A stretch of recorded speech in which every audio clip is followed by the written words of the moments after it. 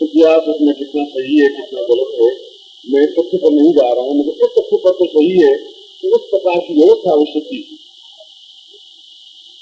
और इस बात से एक बात और स्पष्ट होती है कि गीता के श्लोक को याद रखना चाहिए कि कर्म में राधिका मृत्यु।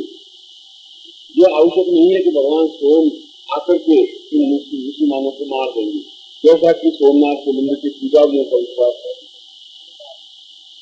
रक्षा करना मनुष्य का स्वयं का कर्तव्य है, कर्म करना उसका कर्तव्य है। ईश्वर को उसको सहायता करेंगे जो स्वयं कर्मशील हो। गीता वास्तव संस्कृत में भी कहा है, चले गई थी जो चलता रहता है उसी को भाग्य साथ देता है। अगर तुम चल नहीं पाओगे, कर्म नहीं कर पाओगे, तो किसी न किसी रूप में कोई शक्ति तुम्हें सहायता नहीं करता। चलना, कार्यशील होना, और यही बात यही तथ्य वहां के पुजारियों ने पूछ रहे थे, और इसीलिए सोमनाथ के मंदिर का आक्रमण भी हुआ और बड़ा विध्वंस हुआ, बड़ा टूटा तोड़ा गया। सरदार वल्लभ भाई पटेल ने फिर इसका पुनर्निर्माण करवाया, कई लाख रुपए तो खर्च करके गवर्नमेंट की तरफ से, और आज जो एक भव्य और सुंदर जो मंदिर है तो वास्तव में ही दर्शनीय है। एक तरफ समुद्र भगवान शिव के चरणों से सखा रहा है और अंदर शिव की शिवलिंग अत्यंत ही तेजस्वी और महत्वपूर्ण है, जिसका दर्शन कर अपने आप को सत्य का अनुभव की जा सकती है। मगर सोमनाथ के मंदिर की मूल विचारणीय तथ्य यह है कि इस मंदिर में चंद्रशेखराष्टक का पाठ अत्यधिक महत्वपूर्ण माना गया। चंद्रशेखर चंद्रशेखर चंद्रशेखर पाहिमान, चंद्रशेखर चंद्रशेखर चंद्रशेखर दक्षिण, और इस प्रकार से पूरा 8 पद में शंकराचार्य लिखित चंद्रशेखर अष्टक। इसका सर्वाधिक महत्व सोमनाथ के मंदिर में जोड़ने के लिए है। और कहते हैं कि कितना ही मानसिक परेशानी हो, कितनी चिंताएं हो, यदि भगवान चंद्रशेखर पर सोमनाथ पर चढ़ाई हुई माला को अपने गले में धारण कर वहाँ बैठ कर चंद्रशेखर का पाठ करता है, उसे अत्यधिक संतोष, सुख और आनंद की अनुभूति प्राप्त होती है। वहाँ पर जब भी आप माला चढ़ाने की जाइए, जब चढ़ा आपको वापस देते ऐसा नियम है। और चंद्रशेखर अष्टक आप इस प्रकार पर नोट कर सकते हैं, यहाँ पर पुस्तकों में भी है, पत्रिका में भी प्रकाशित है। उस पाठ को बड़ा ही मधुर कंठ से गाने लायक है, देखने लायक है। आप एक बार उसको नोट जरूर कर लें, आज को पढ़ें तो पीछा ही नहीं, कोई बहुत बड़ी बात नहीं है। और एक बार खड़ करके अभ्यास कर लें, जहाँ समझ में नहीं आएगा। मगर सोमनाथ के मंदिर की सर्वाधिक महत्वपूर्ण विशेषता यही है कि चंद्रशेखर का पाठ हो और वहाँ की गुणमाल्य का मतलब है शिवलिंग पर चढ़ाई हुई माला उसको धारण करें। मगर एक बात और सोमनाथ के मंदिर के बारे में पुराण में उन्होंने कहा कि सोमनाथ के मंदिर में चढ़ाया हुआ प्रसाद स्वयं भक्षण नहीं करो, दूसरों को बांटे। यदि आप प्रसाद चढ़ाएं तो आप भक्षण नहीं करें, दूसरों को बांटे। ऐसा उस मंदिर के बारे में। उस मंदिर में परिक्रमा ये है। उस परिक्रमा में भी जैसा मैंने कल बताया, आधी परिक्रमा ही की जानी चाहिए, और क्योंकि किसी भी मंदिर में आधी परिक्रमा करानी है।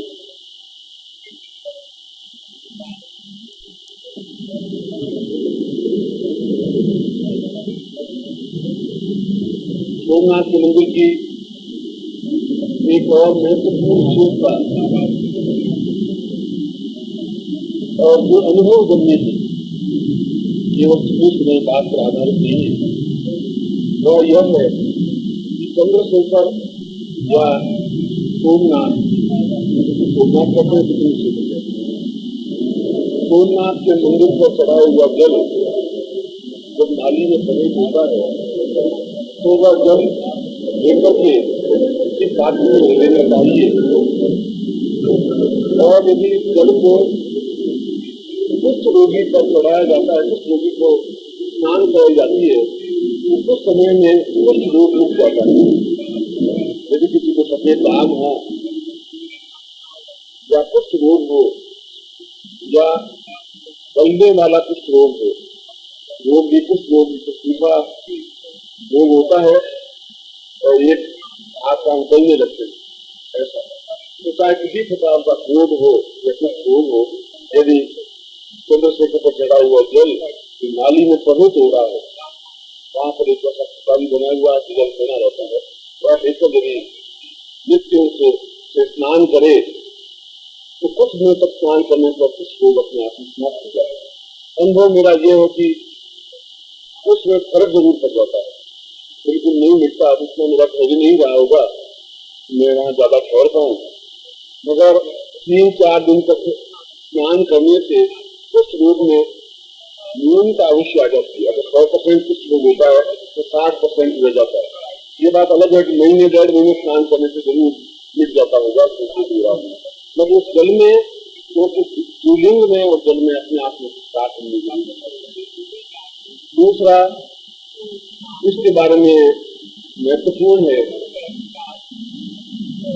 गले तक समुद्र में जाकर, समुद्र में इतना दूर जाए जहाँ गले तक पानी आ जाए, वहां से जल ला करके यदि भगवान सोमनाथ पर चढ़ाया जाए तो अत्यधिक पुण्यदायक कार्य माना गया। जल साथ साथ के पुजारी को देंगे, आपको मुख्य मंदिर में जाने नहीं देते, मगर आप जल चढ़ा सकते और ऐसा जल चढ़ाना पुण्यदायक माना गया। ये 2 विशेषताएं हैं चंद्रशेखर मंदिर की या सोमनाथ। प्रत्येक से भक्त को चाहिए कि जब भी वह गुजरात में किसी स्थान पर जाए तो समय निकाल करके सोमनाथ के दर्शन अवश्य करे। वहाँ जाने के लिए ट्रेन भी है, बसें तो जाती रहती है और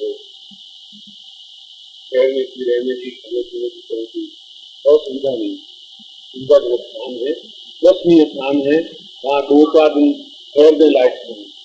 एक दिन में न तो आनंद आता है और न एक दिन में शक्ति होती है। उसके पास एक छोटा पुराना मंदिर है जो कि आदि सोमनाथ का मंदिर कहा जाता है, उसको भी दर्शन करनी चाहिए। वहाँ की कोई स्थापन है और जमीन के अंदर स्थापना हुआ है, बहुत ही अपने आप में। दूसरा मंदिर विश्वनाथ का मंदिर वाराणसी में, बनारस में, काशी में भगवान विश्वनाथ का मंदिर भी ज्योतिर्लिंगों में थे। और ये कहा जाता है कि काशी नगरी भगवान शिव के त्रिशूल पर टंगी हुई है, क्योंकि काशी नगरी पूरे त्रिशूल के ऊपर स्थापित है। यदि आप ऊपर हवाई जहाज से काशी का फोटो लें तो ठीक उसी प्रकार की नगरी है जिस प्रकार से त्रिशूल बना हुआ होता है, इसीलिए उसको त्रिशूलाकार नगरी भी कहते हैं, त्रिशूल नगरी भी कहते हैं। और भगवान शिव के त्रिशूल पर टंगी हुई काशी है, ऐसा भी कहा जाता है। यह भी कहा गया है कि ऊपर जो काशी दिखाई देती है वह तो सामान्य काशी है, उस काशी के नीचे एक और काशी है जो गुप्त है, और उच्च कोटि के साधु संत योगी यदि उस गुप्त काशी में निरंतर साधना रखते हैं, यह दूसरी बात बिल्कुल प्रामाणिक है और सही। मगर वहाँ पर पहुँचने के लिए उतने ऊंचे स्तर का साधक या योगी होना आवश्यक है, तभी वह उस गुप्त काशी में प्रवेश कर सकता है। जो ऊपर काशी है उसके बिल्कुल नीचे जमीन में यह तो उस काशी नगरी की विशेषता है। गंगा के किनारे बसी हुई और 52 संस्थानों से युक्त काशी नगरी महत्वपूर्ण है, क्योंकि कहा जाता है कि जो काशी में मिट्टी होती है वह चाहे कितना ही पापी हो सीधा कैलाश हो जाता है। ऐसा मान्यता है। और कई भारतवर्ष के लोग मृत्यु के समय काशी में जाकर के गंगा के किनारे रह जाते हैं और कल्पान की करते हैं, मृत्यु पर्यंत वहीं रहते हैं और वही प्राण त्याग। ये काशी नगरी के बारे में जो मान्यता है, इसी काशी नगरी में शहर के बीच में गली में एक छोटी सी कंकड़ी गली, क्योंकि काशी में 3 बातें बहुत प्रसिद्ध हैं, रांड, सांड और सन्यासी। एक तो काशी में रांडे बहुत है, रांडे में विद्वान जितने पुरुष हैं उनसे दुगनी तो स्त्रियां हैं और जितनी स्त्रियां हैं उससे दुगनी विद्वान है। इसलिए कहा गया है कि दूसरे काशी में सांड बहुत है, क्योंकि भगवान शिव नंदी पर बैठने वाले हैं और विश्वनाथ की नगरी है, इसलिए सांड को कोई मारता नहीं। सांड भले किसी को उछाल दो तो ये मामूली घटना अखबार में कुछ आने वाली बात नहीं। और कहते हैं कि भगवान शिव बहुत प्रसन्न हुए हैं, इसलिए इसका प्राण सांड के द्वारा हुआ और मुझको 4-5 व्यक्ति कैलाश मृत्यु हुआ। भगवान शिव अपने गण को भेजते हैं और रोज 5-7 लोगों को कैलाश पहुंचा देते। इसलिए सांड सामने आवे तो आप बच जाए तो आपकी मर्जी है, बाकी वो तो आपको छोड़ता नहीं, क्योंकि उसको विश्वास है कि मेरे ऊपर लकड़ी का प्रहार होगा नहीं। और यदि आपने भूल से लकड़ी का प्रहार कर दिया तो वहाँ के लोग आप लकड़ियों का प्रहार करके पहले ही देते हैं। वहाँ कहा गया कि अगर आप सांड को मार दिया तो वो 2 बात मार। तीसरे रान, सांड और सन्यासी, वहाँ पर आप गृहस्थ तो कम और सन्यासी ज्यादा देखेंगे। सन्यासी एक अंदर लिए लोग घूमते ही रहते हैं हर गली में, हर मोहल्ले में, हर व्यक्ति में। उनसे बचे जो सेवे काशी, जो इन तीनों से बचे वो काशी में रह सकता है, हमेशा काशी में नहीं रह सकता। क्योंकि यदि आपको अच्छे कपड़े पहने हुए हैं, कोई सन्यासी आ गया तो आपके कपड़े उतार के ले जा सकता है। अगर रात को 10 बजे अगर मिल गया तो लोग बैठे हो सकते हैं, उनकी दाल गलेगी नहीं। मगर अकेले में मिल गए सन्यासी तो आपका कच्चा भी उतार के ले जाएंगे, छोड़ेंगे नहीं। जैसे वे स्वयं है बाबा जी, आपको वैसे ही बाबा जी बना के छोड़ दें। इसलिए राम, सांड, साधु, सन्यासी, उनसे बचे वो सेवे काशी। ये काशी नगरी का दूसरा पक्ष। तीसरा, काशी नगरी की गलियां, या तो मथुरा की गलियां प्रसिद्ध हैं या काशी की गलियां,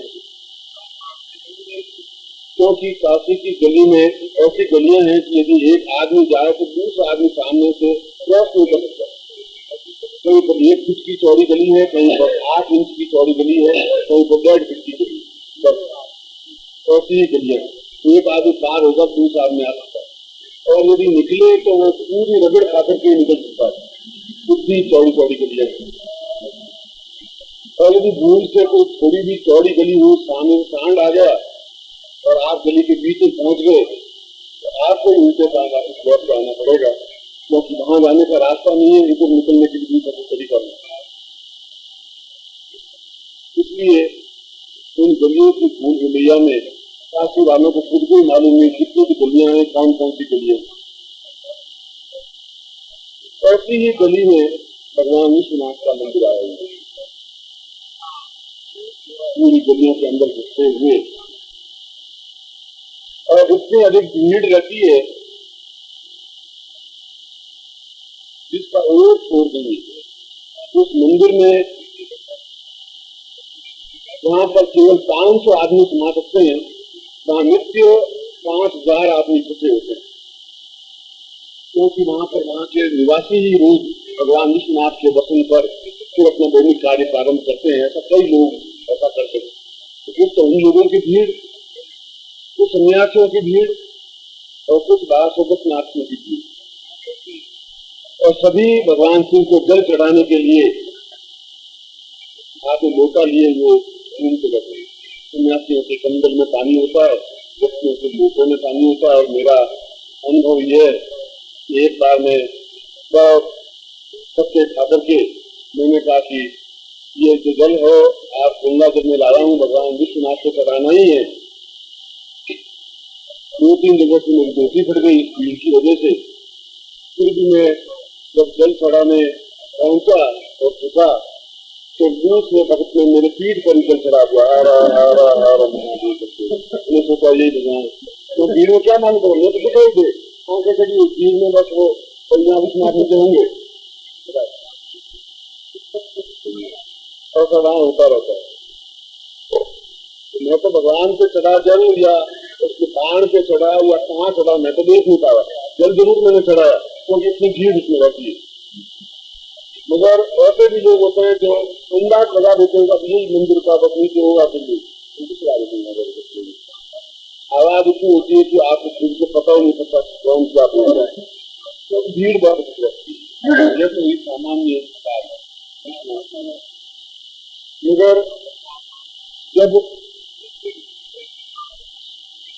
पौराणिक आख्यान ये है कि जब भगवान शिव और ब्रह्मा में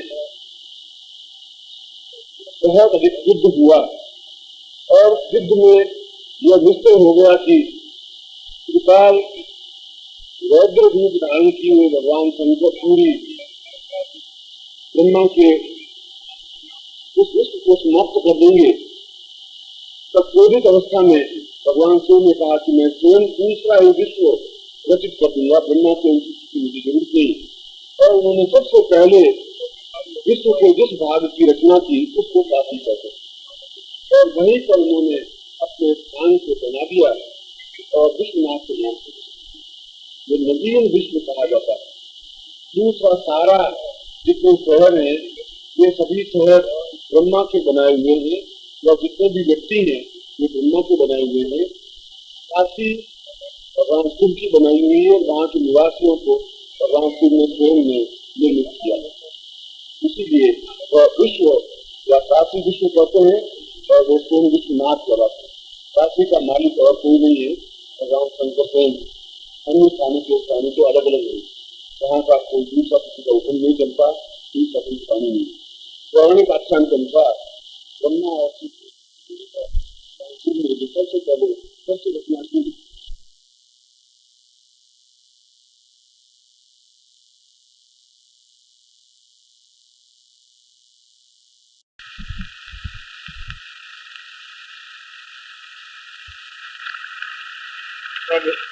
करपात्री ने एक नवीन विश्वनाथ मंदिर की निर्माण किया जो कि वहाँ हिंदू विश्वविद्यालय के अंदर बना हुआ है और वह भी विश्वनाथ मंदिर है, आधुनिक विश्वनाथ मंदिर वहाँ है।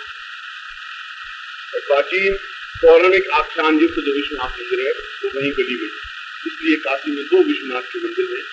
मान्यता ऐसी प्राचीन मंदिर की ही विश्वनाथ मंदिर की 2 विशेषताएं हैं। एक तो विश्वनाथ मंदिर में यदि शमशान की राख और गंगा का जल लाकर चढ़ाया जाए और 3 दिन तक नियमित ऐसा किया जाए तो व्यक्ति की मनोकामना अवश्य पूर्ति होती है।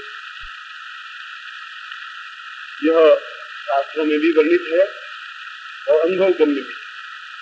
इसलिए वहां पर रश्मि मुर्दे की भस्म लेकर के या चिता भस्म लेकर के भगवान शिव को चढ़ाई जाती है और गंगा का जल वहां से लाकर के भगवान शिव को चढ़ाया जाता है।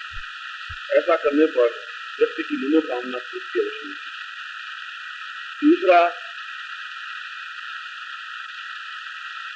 भगवान विश्वनाथ के मंदिर में रुद्राष्टाध्यायी का पाठ अत्यधिक महत्वपूर्ण माना गया है। यजुर्वेद का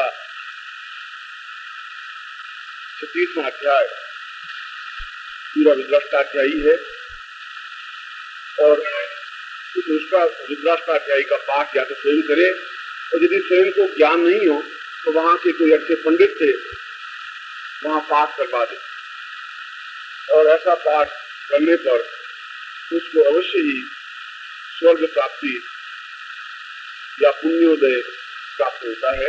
ऐसा शास्त्रों में उल्लेखित ये जैसा वहां चंद्रशेखराष्टक का पाठ का महत्व है वैसा यहाँ रुद्राष्टाध्यायी का महत्व। रुद्राष्टाध्यायी का मतलब रुद्र के जो 8 अध्याय हैं उसको रुद्राक्ष ढाई कर और उसका पाठ करना अत्यधिक महत्वपूर्ण माना गया।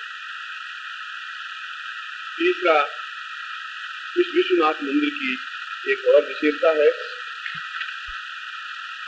यदि शुद्ध गौघृत गाय का घी लेकर विश्वनाथ के लिंग पर चढ़ाया जाए और फिर उस घी का सेवन किया जाए नित्य थोड़ा थोड़ा, तो शरीर के समस्त रोग स्वतः मिट जाते हैं। ऐसे कई लोग रक्त चढ़ा करके और अपने बोतल में भर करके लगाते हैं और नित्य उसका सेवन करते हैं, तो शरीर के अंदर जितने प्रकार के रोग होते हैं वे सभी रोग स्वतः मिट जाते हैं, ऐसा उल्लेख है, मान्यता है। ऐसा हो सकता है, मगर यह ज्योतिर्लिंगों में से महत्वपूर्ण प्रसिद्ध ज्योतिर्लिंग है और अत्यधिक प्रामाणिक ज्योतिर्लिंग है, जिसका दर्शन जीवन को सुखदायक और पुण्योदय कारक है। यह दूसरा ज्योतिर्लिंग है और कभी भी उत्तर प्रदेश में जाने का अवसर मिले तो अवश्य ही काशी जाना चाहिए, गंगा में स्नान करना चाहिए, भगवान विश्वनाथ के दर्शन करने चाहिए और उनको आँख और बील पत्र चढ़ाकर जल की धार देनी चाहिए और रुद्राष्टाध्यायी का पाठ करना चाहिए। वहाँ पर बाजार में गली के बाहर ऐसे आग के पत्ते, आग के पुष्प, अर्घ पुष्प, बील पत्र मिलते हैं और 4 आने का दोनों, 8 आने का दोनों मिलता है, तो उसमें किसी प्रकार का कोई तकलीफ नहीं।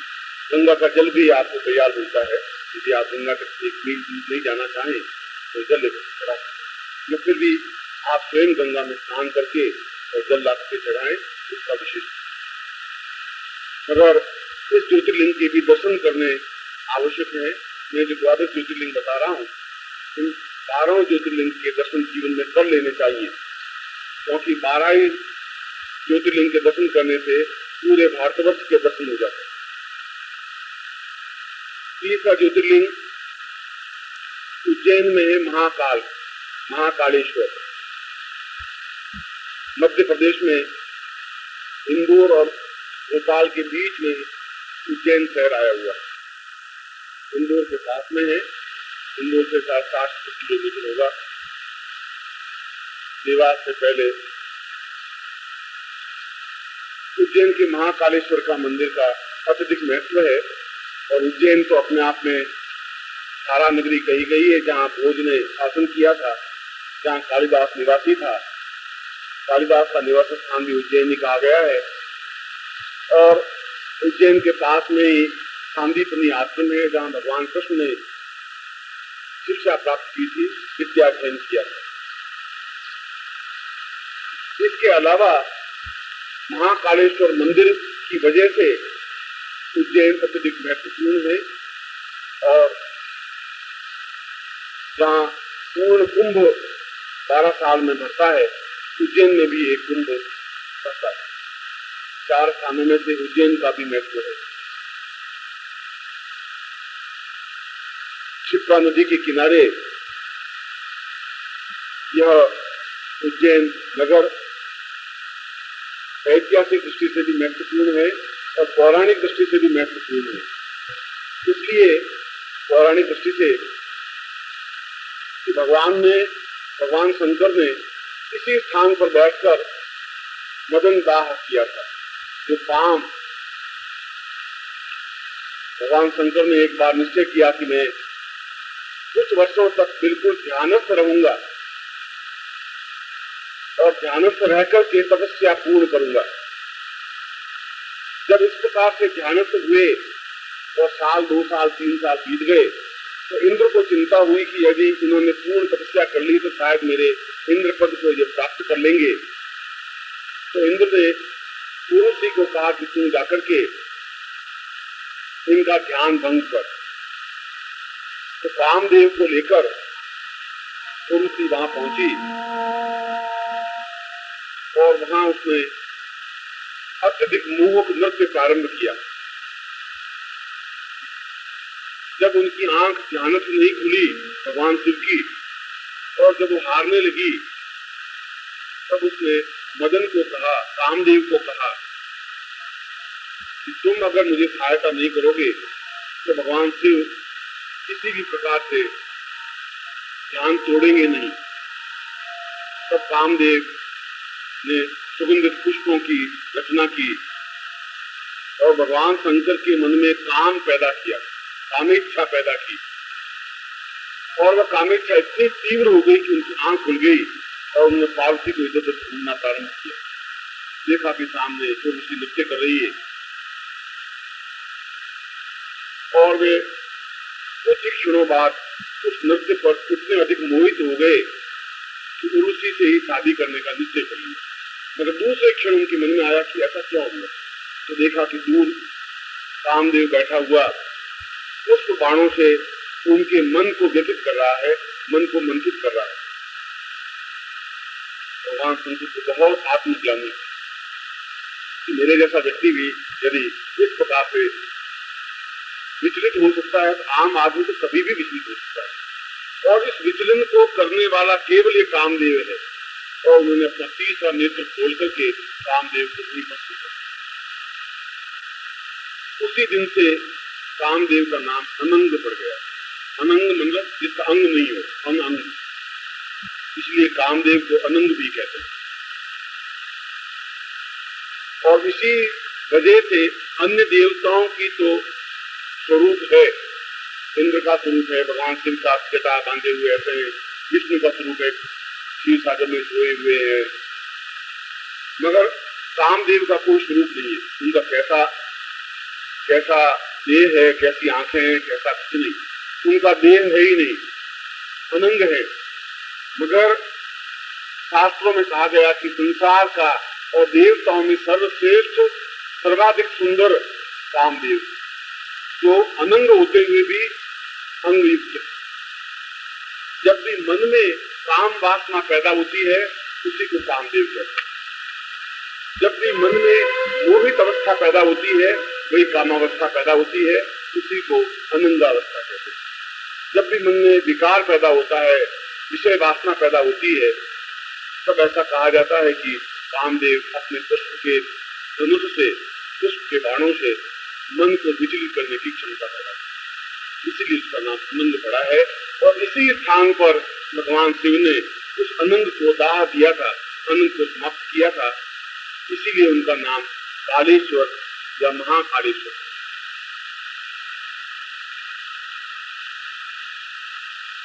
दूसरी,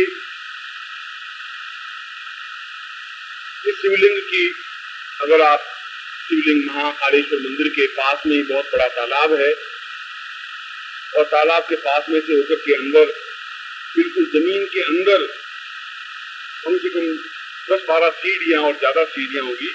अंदर जाने पर जमीन के अंदर गर्भगृह में महाकालेश्वर का लिंग स्थापन है, और अत्यधिक प्रभाव युक्त, महत्वपूर्ण और अनिवर्चनीय, जिसको देखने से मन को अत्यधिक शांति प्राप्त होती है।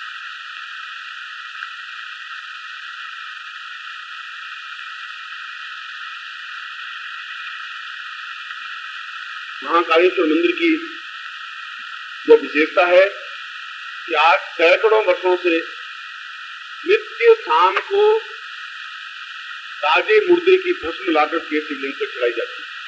जब तक ताजे मुर्दे की भस्म लगाई नहीं जाती, तब तक शाम की आरती नहीं होती। चाहे रात के 9 बज जाए, 10 बज जाए, 11 बज जाए, 1 बज जाए, पूजा नहीं भी होगी, मगर यदि कोई मुर्दा जलेगा और उसकी भस्म, ताजी भस्म लाकर के शमशान से उस शिवलिंग पर चढ़ाई जाएगी, तभी उसकी आरती होती है। शाम की आरती तभी आरती।